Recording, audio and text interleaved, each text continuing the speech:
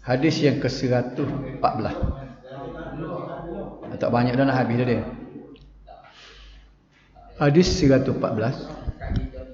Haddatsana Muhammad bin Bashar, haddatsana Abu Amir an Zuhair bin Muhammad an Abdullah bin Muhammad bin Aqil an Ibrahim bin Muhammad bin Talhah an Imran bin Talhah an Hamnah binti Jahshin qalat kuntu ustahadu haydatan kabiratan syadidatan fa ataitu an-nabiy sallallahu alaihi wasallam astaftihi faqala innama hiya raqdatun minasy syaitan fatahayyadi sittata ayyamin aw sab'atan thumma اغتسلي فإذا استنقعت فصلي 24 أو 23 وصومي وصلي فإن ذلك يجزئك وكذلك فافعلي كما تحيد النساء فإن قويت على أن تؤخري الظهر وتؤجل العصر ثم تغتسلي حين تدخرين وتصلين الظهر والعصر جميعا ثم تؤخرين المغرب وتؤجلين العشاء ثم تغتسلين وتجمعين بين الصلاتين فافعلي وتغتسلين مع الصبح وتصلين قال وهو أعجب الأمرين إلي رواه الترمذي. Hadis ini adalah hadis hasan.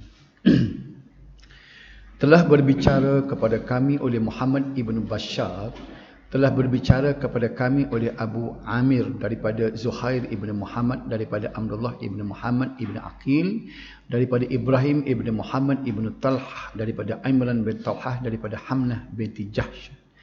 Katanya aku pernah mengalami darah penyakit istihadah yang banyak sekali. Maka aku menghadap Nabi sallallahu alaihi wasallam untuk bertanyakan hukumnya. Baginda bersabda, itu adalah gangguan syaitan. Maka cukupkanlah hidmu selama 6 atau 7 hari. Kemudian mandilah. Jika kamu telah suci, solatlah selama 24 atau 23 hari. Berpuasalah dan solatlah kerana itu adalah sah dan memadai bagimu. Begitulah yang perlu kamu lakukan setiap bulan sebagaimana wanita-wanita yang haid. Jika kamu mampu melewatkan solat zuhur dan menyegerakan solat asar, maka kerjakanlah. Kemudian kamu mandi dalam keadaan suci dan lalu kamu tunaikan solat zuhur dan asar secara jamak. Kemudian kamu melewatkan solat maghrib dan menyegerakan solat isya. Kemudian kamu mandi lalu melaksanakan kedua solat sekaligus.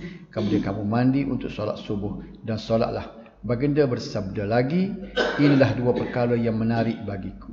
Diriwayatkan oleh Tirmizi. Hadis ni adalah hadis hasan. Disebabkan hadis ini tidak mencapai ke taraf sahihnya kerana disebabkan oleh ada perawi duduk nombor 3. Saya tulis 3 tu 3 kali. Abdullah ibn Muhammad ibn Aqil. Bila disebut sini hadisnya lain, maknanya hadisnya tidak berapa kukuh. Tidak kukuh, tidak kuat. Jadi menyebabkan hadis itu bukan tidak sahih, tapi dia turun daripada sahih kepada hadis hasan.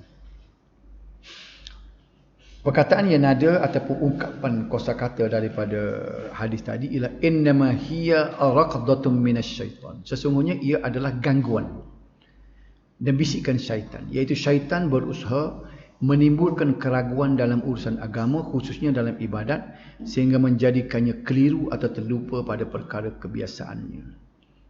Jadi makna kalau kita tengok sini, Nabi memperakui bahawa ada gangguan syaitan. Jadi khususnya kalau orang perempuan yang mari darah istihadah, darah nyakit, bukan haid syaitan masuk campur. Supaya kita jadi tak reti nak buat. Haid ke, darah nyakit ke, bila tak reti nak buat menyebabkan ibadat kita terganggu lah. Hak sepatut semayang tak semayang, hak sepatut tak semayang pergi semayang lah. Jadi dia perlu kepada wanita ni, perlu menghalusi, tengok kepada diri dia untuk meletakkan diri dia ni sama ada dia seorang haid ataupun orang mustahadah, orang yang mengalami darah istihadah. Kalau dia keliru pula, hal lagu ni, hal dia kata keliru. Kalau dia awak dia buat, macam dia tinggal semaya, tapi dia semaya. Apakah berdosa pada dia? Ialah kalau setelah dia tahu, dari sekali jahil itu bila dia perlu kepada ambil tahulah. Pertamanya tuntutan kat tadi dia kena mengaji. Sebagaimana Hamnah ni. Dia pergi bertanya pada Nabi, ni buat guana ni sebab aku ni luar biasa, tak serupa orang lain. Satu, yang kedua bila dia tahu hukum tu dia kena amal hukum tu ya. Jadi satu cabaran untuk orang tino ni. Memang iblis ni kalau kita tengok kan dia setiap, sebab kalau dalam Quran tu dia sebut dia nak memusnahkan anak Adam ni, manusia ni daripada atas bawah, kiri kanan belakang depan. Wa min aimanihim wa min syama'ilihim, dia sebut dah. Jadi dia cari pagi petang siang malam, dia cari peluang bagaimana dia boleh merosakkan manusia. Ini kerja iblis, kerja syaitan kan. Kemudian ungkapan dalam tu disebut fatahayyadi sittata ayyamin aw sab'ah. Anggaplah dirimu seperti wanita yang sedang mengalami haid untuk tempoh 6 atau 7 hari. Ghalib, kebiasaannya ni 7. Kalau keluar darah juga, itu anggapkanlah dia ni adalah darah istihadah. Hal ini disebabkan tempoh biasa haid wanita adalah 6 atau 7 hari. Kerana dia tidak tahu, dia kena ambil majoriti. Ghalibnya, biasanya orang perempuan ni atau 7 dah. Jadi lepas 7 tu kan, kena menganggapkan bahawa darah tu bukan darah haid, darah biasa, darah penyakit. Bila darah penyakit berbeza dengan darah haid, dia wajib sembahyang, wajib puasa. Apa kita nak buat lagu mana? Ni kita nak bincang sikit. Fa iza stanqati, apabila kamu suci daripada darah haid, iaitu setelah suci maka hendaklah kamu mandi. Bila suci saja darah haid, kena mandi, dia kena tunaikan ibadat. Darah yang keluar tu, itu darah penyakit. Situ dulu. Fasalli 24 atau 23. Maka solatlah untuk 24 hari. Sebabnya bila sebulan 30, tolak ni tinggal 24. Atau 23, tolak 7 tinggal 23. Lepas tu darah dia keluar. Darah keluar apa sembahyang? Pas nak buat lagu mana? Nanti kita nak bincang. Nak buat lagu mana? Orang lelaki-lelaki ni ambil tahulah. Nak royak ke siapa dia ni? Anak-anak. Nak royak ke orang getin tak ada hik dah ni belakang ni. Kau siapa dia ada hak muda. Tengok-tengok ke muka ni nampak patching belakang dah ni dah. Tapi kita kena tahulah ilmu dah. Anak tino kita tanya, ilmu ni kita kena tahu lah. Kita kena tahu bahawa orang tino ni bukan haid saja, dia ada darah istihadah saja. Tahu dah tak perkataan istihadah? Darah penyakit. Okey. Sekiranya haid kamu 6 hari, maka solatlah 24 hari. Kalau 7, solatlah 23. Itu dia. Kemudian fa inna dzalika yujzi'uka. Sesungguhnya yang demikian itu sudah memadai untuk solat kamu, sudah sah. Cukuplah. Okey. Kama tahidun nisa, sebagaimana kebiasaan wanita datang haid secara umumnya. 24 hari dengan 7 hari itu adalah tempoh biasa wanita. Iaitu rujuklah kepada kebiasaan wanita secara umumnya dalam menghadapi masa kedatang haid. Dia bagi sekira sebab dia kata dalam keadaan tidak pasti saja. Cara nak tentu tak boleh. Jadi nak tahu tidak pasti kau dak ambil 7 ataupun ni lah. Boleh pilihlah 2 tu. Cuma anak saya kepala semua video. Dia sesuai. Oh, lawan tak kira lagi dah. Cuma dia ada satu lagi, kena tengok ghalib dia juga. Kalau dia tu biasa dia hanya 9 hari dah. Tiap-tiap bulan 9 hari. Di situ ada ulama kata kena pakai 9 dia seorang tu. Sebab ghalib atas dia. Okey. Sebab boleh tak ambil maksimal 15 hari. Itulah juga itu kita tengok perbincangan ulama. Ada yang kata kena ambil 15. Ni benda cuma ulama hadis dia duduk sini dia ni. Kita bincang.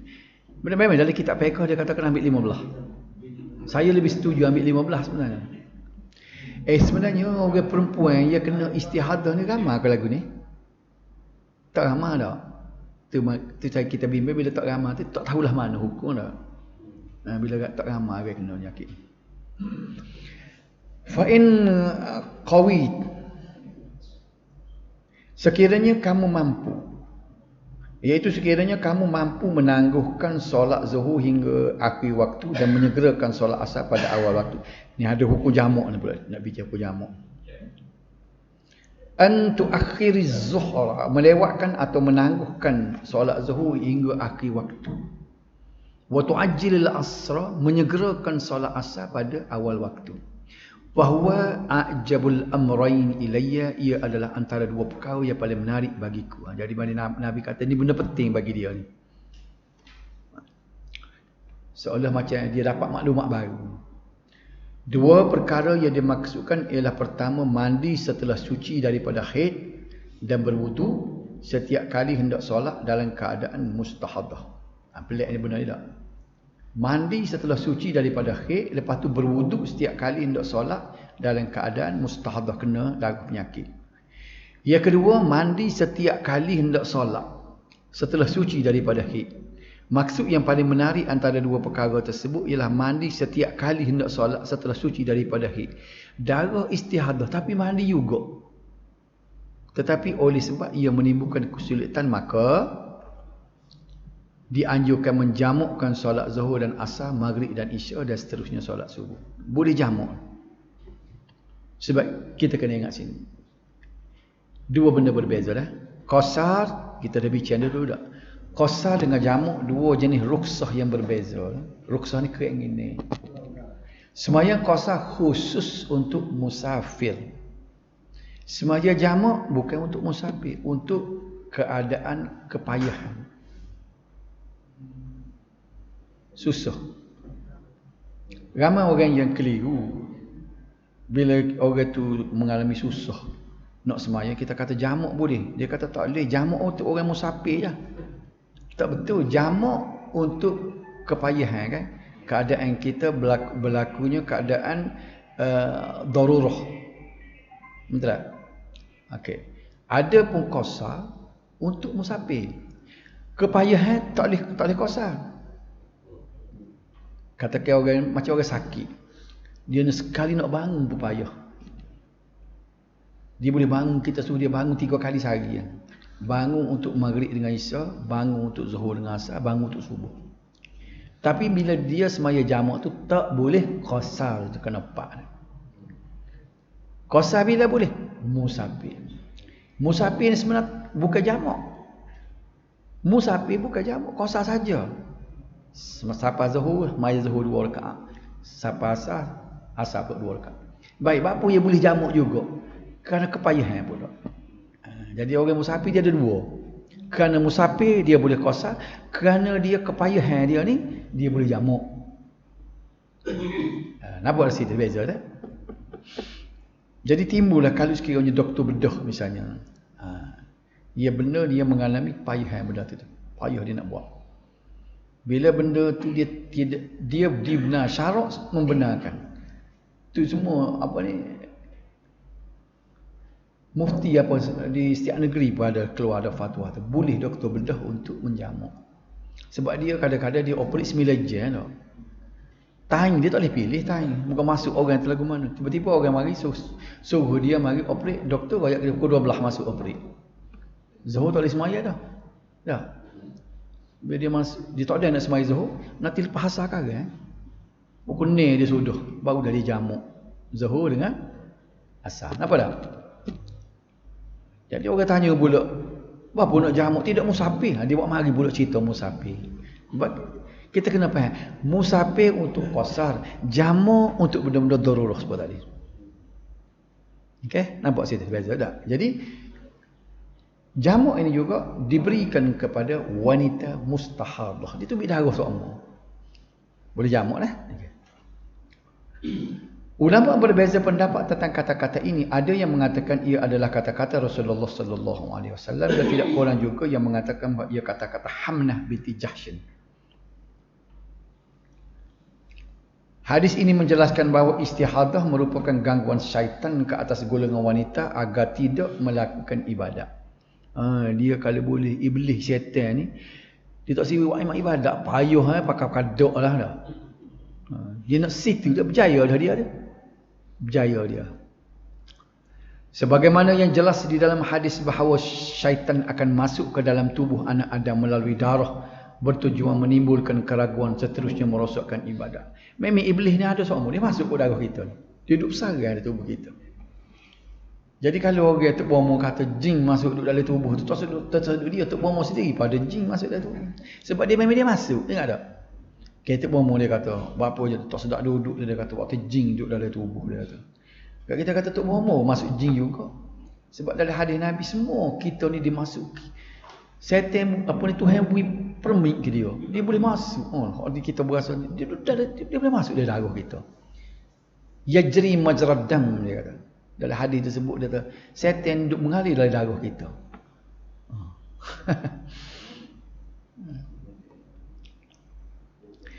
Menurut Imam An-Nawawi, istihadah ialah darah yang mengalir dari kemaluan wanita di luar waktu kebiasaannya dan berasal daripada urat yang dinamakan azil, nama uratnya. Oh, dia luka urat rupanya.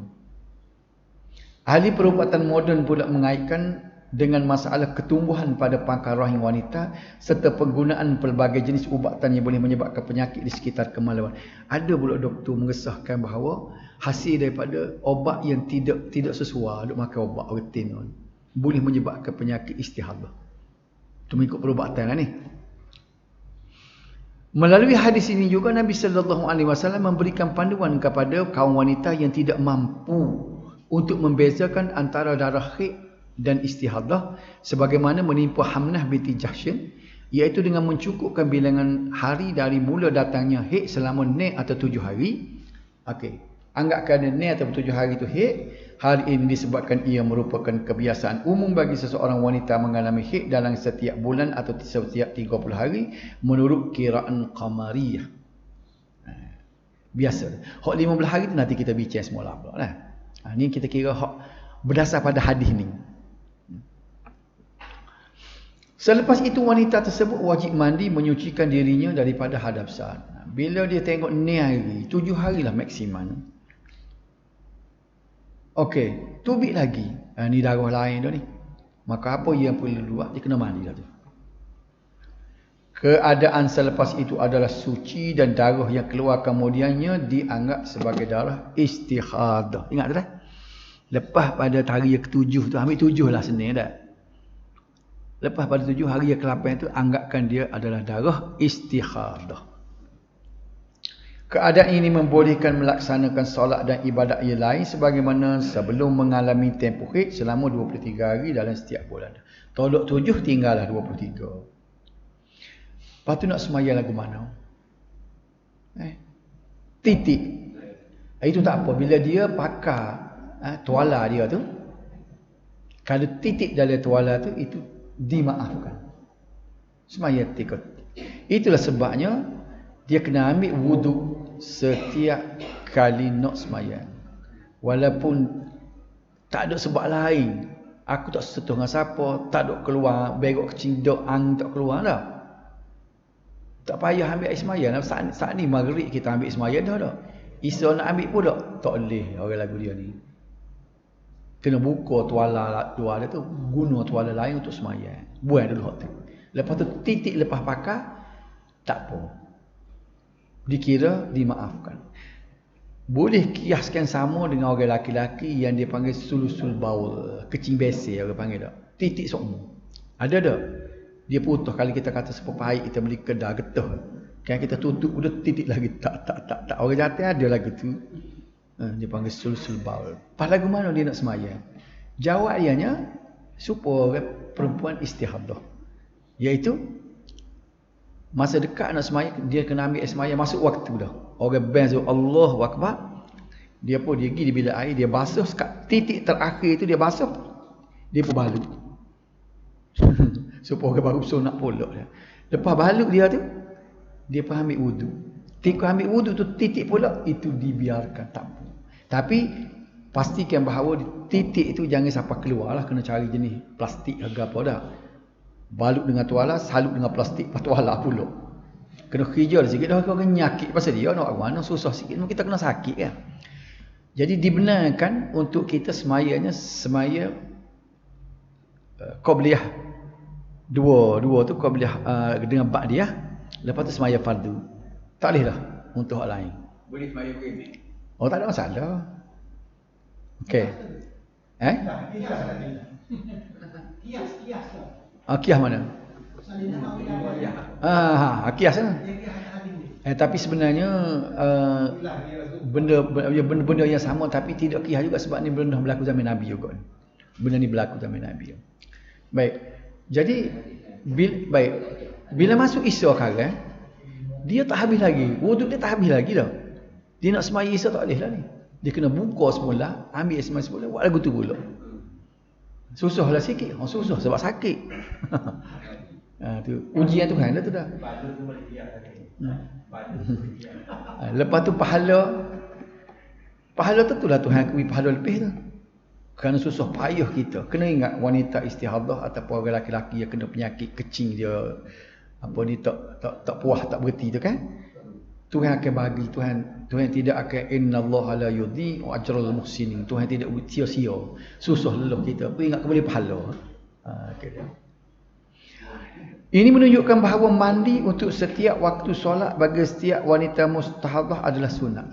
Walaupun mandi itu untuk mandi wajib tu untuk haid saja. Tapi bila dia tu mustahadah, bila nak semaya dia mandi. Dia mandi dulu. Mandi niat lah tu tak? Dia memang dia niat lah. Niat tapi niat mandi tu sunat. Mandi tu sunat. Manakala mandi setelah suci daripada darah haid adalah wajib. Mandi dia suci haid hari yang ketujuh tu dia mandi tu wajib. Lepas tu dia nak semaya hari dia mandi pula. Mandi tu mandi sunat. Rupanya ada mandi sunat untuk wanita mustahadah. Selain itu bagi wanita mustahadah mereka diberi kelonggaran untuk menjamakkan solatnya. Ini kena ingat. Dengan satu kali mandi setiap solat fardu, iaitu jika ia mampu untuk melewatkan solat zuhur pada akhir waktu dan menyegerakan solat asar pada awal waktu. Artinya 3 kali mandi. Kalau dia nak ambil kelebihan orang perempuan ni, tak mandi pun tak apa dah. 3 kali mandi. Lagu mana 3 kali mandi? Nak semaya zuhur dia mandi sekali, ambil wudu. Bila ambil wudu dia jamak selalu zuhur dengan asar. 4 rakaat tak boleh 2 lah ni dah. Melewatkan solat zuhur pada akhir waktu dan menyegerakan solat asar pada awal waktu. Kalau dia boleh lagu tu. Artinya lagu mana? Bukan jamak semaya ini diriwayat apabila dia ni kalau boleh Nabi kata. Kalau sekiranya dia ni tidak menyakit apa. Jamak dalam erti dia bukan jamak dalam satu waktu. Dia jamak tak ni tunggu waktu habis. Mana dia tidak niat jamak lah ni panggil. Kalau saya sebut tadi apabila dia ada betul-betul sakit kepayahan. Ada. Ni orang dia segar ni apa yang dalam hadis ni tidak maksudnya jamak semaya jamak supaya orang kata doktor bedah tadi. Semaya jamak artinya Nabi kata melewat waktu zuhur. Lewat waktu zuhur tu dia nanti mandi dekat dengan kita kata 15 minit nak masuk zuhur dah, nak habis zuhur. Dia pun mandi, ambil wuduk, semaya zuhur dalam waktu lagi. Lepas wisalan 5 minit masuk asar. Maka dibenarkan tak payah ambil wuduk supaya takdir. Hak tadi kena ambil wuduk tu dia semaya biasa. Masuk zuhur dia semaya, maka dia kena ambil wuduk pula. Asar karat kena ambil wuduk pula. Hak saat ni Nabi bui apabila sekali saja wuduk tu apabila kita ambil akhir. Ni satu kelonggaran saja. Kan? Boleh lagu tu lah kena buat dulunya. Tadi sebut tadinya saya sebut tadi sakit lain. Sakit saya sebut tadi contohnya nak akad payah orang tua kita kan. Hak tu boleh jamak. Maksud ambil akhir tak ni tak jamak. Tidak jamak lah. Maksud jamak sini jamak wuduk. Sewuduk kan. Sebab pada asalnya satu wuduk satu solat. Hak ni boleh jamak wuduk. Betul tak? Ada orang tanya dulu pelajar-pelajar di luar negara. Time periksa dia, kelas periksa dia. Orang sana mana dia kira kau semaya. Kelas periksa 3 jam. Dan waktu dia tidak sama dengan kita. Kadang-kadang waktu zuhur dia pendek sana. Musim dah. Dia masuk ke tahap periksa tu belum zuhur. Habis zuhur baru tubik. Boleh ke tak jamak? Orang tanya ulama-ulama klasik ni tak boleh belakang. Dah mana boleh jamak ni. Tapi saya bila kita kita baca dalam khususnya Mufti Perlis atau saya baca tu, dibolehkan juga. Dia panggil rukhsah juga benda ni. Diberi rukhsah kepada orang yang keadaan kepayahan sepuan ni dah. Kita pun ada. Apa dia? Kita pun kita ada. Kalau jam, Kalau jam. Dia guna jamu. Okey. Keadaan jamuk tu dia mana, sebab kalau tengok pada hadis Nabi tu ada payah sikit lah. Nabi tu kan dia payah sikit lah benda tu kan. Dia jamuk selalu. Okey.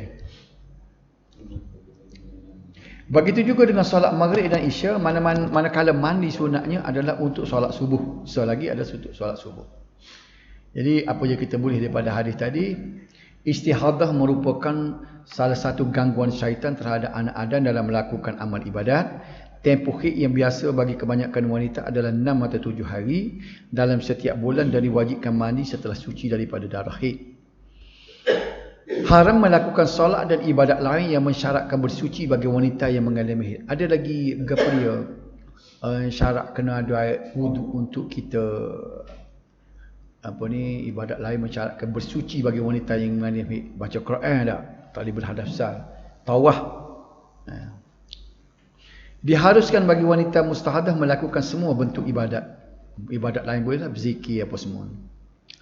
Disunatkan bagi wanita mustahadah mandi untuk setiap kali solat kalau boleh. Tapi mandi tu mandi sunat. Okey. Harus mengumpulkan solat bagi wanita mustahadah kerana masyaqqah. Ini istilah selagi panggil masyaqqah. Al-masyaqqah tu tajlibut taisir. Bila keadaan masyaqqah dibenarkan mengambil jalan mudah yang dihadapinya, iaitu dengan melewatkan salah satu solat dan menyegerakan solat yang lain. Ini bukan jamak sebenarnya dah. Syaitan sentiasa berusaha mengganggu ibadat anak Adam yang bertujuan merosakkan ibadat mereka. Dan selagi hadir ada 2 hari pun kita baca bersama. Haddatsani Musa ibnu Quraisy At-Tamimi, haddatsana Ishaq ibnu Bakri ibnu Mudar, haddatsani Abi, haddatsani Ja'far ibnu Rabi'ah an Iraq ibnu Malik an Urwah ibnu Zubair wa an Aisyah radhiyallahu anha anna Habibah binti Jahshin sakat ila Rasulillah sallallahu alaihi wasallam dam. Syakat ila Rasulillah sallallahu alaihi wasallam ad-dam faqala umkuthi qadra ma kanat tahbisuki haidatuki summa tasili. Tu huruf alif tu kena buang, tak boleh baca tu sebab kita sambung tu summa tasili, bukan summa iktasili. Fa kanat taghtasilu kulla salatin. Rawahu Muslim. Telah berbicara kepada kami oleh Musa ibnu Quraisy At-Tamami, telah berbicara kepada kami oleh Ishaq ibnu Bakar ibnu Mudar, telah berbicara kepadaku oleh ayahku, telah berbicara kepadaku oleh Ja'far bin Rabi'ah, daripada Iraq ibnu Malik, daripada Urwah ibnu Zubair, daripada Aisyah radhiyallahu anhu, bahawa Habibah binti Jahshin, ni adik-beradik dia Hamnah ni adik-beradik dia, mengadu kepada Rasulullah sallallahu alaihi wasallam tentang darah yang banyak keluar secara berterusan. Maka baginda bersabda, berhentilah dari mengerjakan solat selama masa dihalang oleh hikmu, kemudian mandilah. Adalah beliau Habibah tu mandi untuk setiap kali solat. Ini tak ada masalah dah, hadis Muslim. Kita tengok hadis yang selagi dah, wapi bukan nombor hadis, sambung tadi, wapi riwayatil Bukhari pula.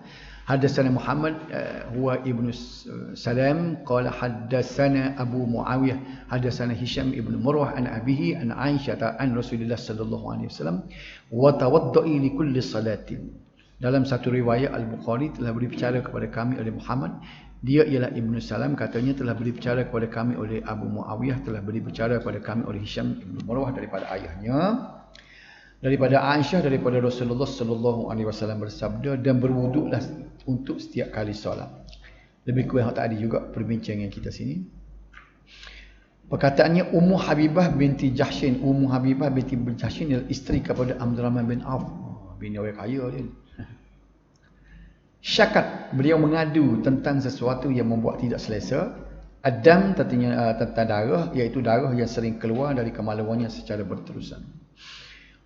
Kithi, duduk dan diam, iaitu jangan melakukan ibadat yang dilarang semasa haid. Kanat tahbisuki haidatuki, selama kamu dihalang oleh haidmu, iaitu hendaklah kamu meninggalkan solat dalam tempoh haid dan sebelum terjadinya istihadah.